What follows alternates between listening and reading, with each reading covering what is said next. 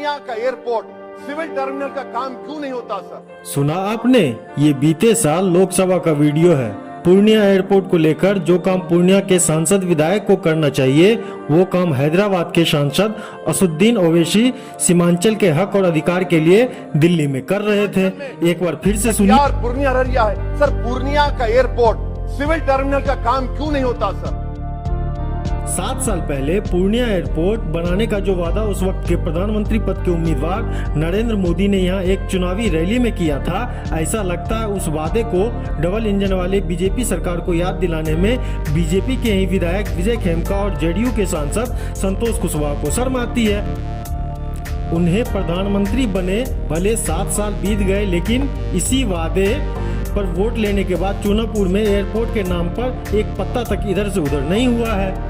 दोस्तों नमस्कार, आज बात होगी पूर्णिया एयरपोर्ट की, जो सिर्फ सीमांचल वासियों की जरूरत नहीं बल्कि अधिकार है। दरभंगा के सांसद गोपाल जी ठाकुर ने एड़ी चोटी का जोड़ लगाकर सिर्फ 3 साल में दरभंगा से हवाई सेवा शुरू करवा दी और पूर्णिया के तथाकथित इन अति लोकप्रिय नेताओं के मुंह में एयरपोर्ट के नाम पर दही जम जाता है। 6 साल में भी पूर्णिया एयरपोर्ट के लिए जमीन का अधिग्रहण नहीं हो पाना इनके नकारेपन की वो पराकाष्ठा है जिसके लिए इन्हें अवार्ड मिलना चाहिए। इस बात को लेकर पूर्णिया के लोगों में, खासकर युवाओं में कितना रोष है, अगर ये जानना हो तो कभी ट्विटर पर पूर्णिया एयरपोर्ट लिखकर देख लीजिए। कोसी सीमांचल के 7 जिलों के लिए वरदान साबित होने की क्षमता रखने वाले पूर्णिया एयरपोर्ट को लेकर बिहार सरकार की रफ्तार इतनी सुस्त है कि अगर कछुआ से रेस लगा ले तो वो भी इनसे आगे निकल जाए। दोस्तों, चूनापुर सैन हवाई अड्डे पर सिविल एनक्लेव के निर्माण के लिए जमीन अधिग्रहण को लेकर पूर्णिया प्रशासन के खाते में पड़े 20 करोड़ रुपए में भले ही घून लग जाए और वो सर जाए, लेकिन ऐसा लगता है बिहार के इस सबसे पुराने शहर के 250 साल नहीं 350 साल होने पर भी एयरपोर्ट नहीं मिलेगा।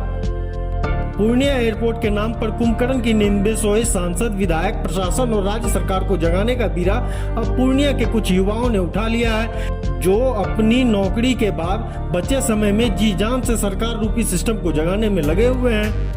इस काम में पूर्णिया टाइम्स, कोसी, इंटेलेक्चुअल और युवाओं ने एक बड़ा अभियान शुरू किया है, जिसके तहत इन कथित नेताओं के कान के पास एयरपोर्ट की मांग का ऐसा नगारा बजाना है जिससे या तो इन्हें अपनी हैसियत और जनता की जरूरत का अंदाजा हो जाए या कान का पर्दा ही फट जाए।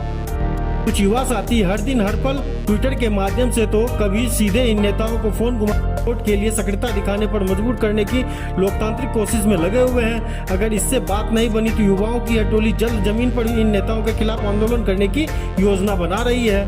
दोस्तों, कोसी इंटेलेक्चुअल ग्रुप के सदस्य पूर्णिया टाइम्स ने ट्विटर पर पूर्णिया एयरपोर्ट बनने में बाधक कौन है इस सवाल पर एक ऑनलाइन सर्वे किया, जिसमें देखिए करीब 600 लोगों ने वोट किया और 46% लोगों ने माना कि राज्य सरकार ही एयरपोर्ट के निर्माण में सबसे बड़ी बाधा बनी हुई है, जबकि 30% लोगों ने माना कि इसके लिए पूर्णिया के सांसद और विधायक दोषी हैं। वहीं 18% लोगों ने माना कि केंद्र सरकार इसके लिए जिम्मेदार है। दोस्तों, सिर्फ 6% लोगों ने इसके लिए किसानों को जिम्मेवार माना है। अब ऐसे में सवाल उठता है भाइयों कि अगर इन सब के लिए सबसे ज्यादा राज्य सरकार दोषी है तो आखिर गुवासी और चूनापुर के किसानों के सिर पर एयरपोर्ट में हो रही देरी का ठीकरा क्यों फोड़ा जा रहा है? अगर किसान जमीन देने को तैयार नहीं है तो आखिर सरकार और जिला प्रशासन उनकी समस्याओं को क्यों नहीं सुलझा रही है? जो किसान जमीन देने को तैयार नहीं, उन्हें सरकार बाजार मूल्य पर पैसे क्यों नहीं दे रही है? और उनके जमीन के बदले जीवन चलाने के लिए नौकरी या आय के अन्य साधन क्यों उपलब्ध नहीं करा रही, ताकि वो खुशी से शहर और राज्य की तरक्की के लिए अपना जमीन दे दे? दोस्तों, हमने जब चूनापुर के किसानों से बात की तो पता चला जो जमीन अधिग्रहण की जाएगी वो उनके जीवन का आधार है और सरकार बाजार मूल्य से आधा कीमत पर जमीन हासिल करना चाहती है। भला ऐसे में कोई भी शख्स अपनी जीवन का धारा किसी को भी औने पौने कीमत पर क्यों दे दे? और यही वजह है कि जब उन्हें सरकार पर भरोसा नहीं रहा तो उन्होंने पटना हाईकोर्ट का दरवाजा खटखटा दिया। ऐसे में यहाँ भी गलती सरकार की ही नजर आती है, जिसका उद्देश्य बस एयरपोर्ट को भी जुमला बनाकर अगले चुनाव तक ले जाना है।